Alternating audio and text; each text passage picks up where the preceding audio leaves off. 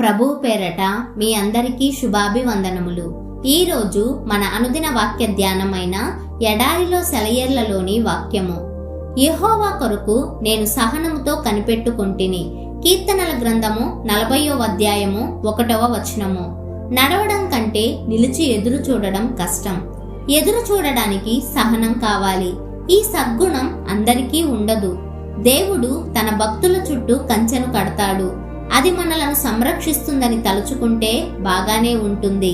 అయితే ఆ కంచె పెరిగి పెరిగి బయటనున్నవి కనిపించకుండా పోతే ఆ చిన్ని వలయంలో నుండి సేవించడానికున్న ఆ కొద్ది అవకాశాల నుండి ఎప్పుడు బయటకు వెళ్ళగలమా అనిపిస్తుంటుంది. తనకు ఇంకా ఎక్కువైన సేవా బాధ్యత దేవుడు ఎందుకు ఇవ్వడు? ఈ మూలను ఇలా ఉండిపోవాల్సిందేనా? దేవుడు ఎవరినైనా బెగబట్టి ఉంచాడంటే దాని వెనుక ఆయనకు ఓ సంకల్పం ఉంది. నీతిమంతుని నడకను స్థిరపరిచేది యెహోవాయే అని కీర్తనల గ్రంథంలో ఉంది. ఈ నడక అనే మాట దగ్గర జార్జ్ ముల్లర్ తన బైబిల్ మార్జిన్లో నిలుపుదలలు కూడా అని వ్రాసుకున్నాడు. దేవుడు వేసిన కంచెలు దూకడం మనుషులకు ఏమాత్రం క్షేమకరం కాదు.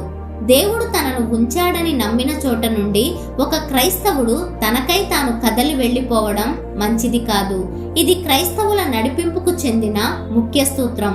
మేఘస్తంభం సన్నిధి గుడారం మీద నుండి కదిలేదాకా మనం కదలకూడదు.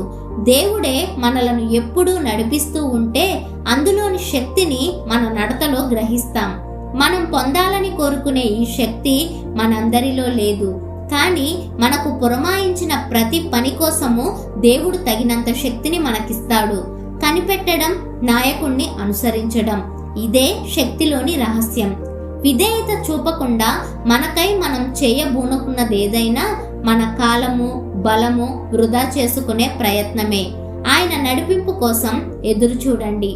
జీవితపు కెరటాలు ముందుకి సాగిపోతూ ఉంటే నిలిచిపోయి ఏమీ పని చెయ్యకుండా చూడవలసిన వ్యక్తి పరాజితుడేనా? అతడు ఇంకా దేనికి పనికిరానట్టేనా? కాదు. ఊరక నిలుచుండి చూడడం వల్లనే జయం లభిస్తుంది. జీవితం వెంట పరుగులెత్తి నానా రకాలైన పనులతో అలసిపోవడం కంటే ఇలా చెయ్యడం 1000 రెట్లు కష్టం. నిలబడి ఎదురు చూస్తూ ఆశలు కోల్పోకుండా, గుండె జారిపోనివ్వకుండా చూడగలగడానికి చాలా గుండె నిబ్బరం కావాలి.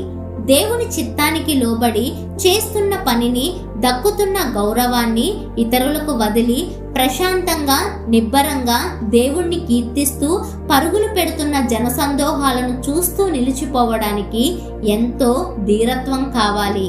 చెయ్యవలసినదంతా చేసేసి నిలిచి కనిపెట్టే జీవితం అన్నింటికంటే ఘనమైనది.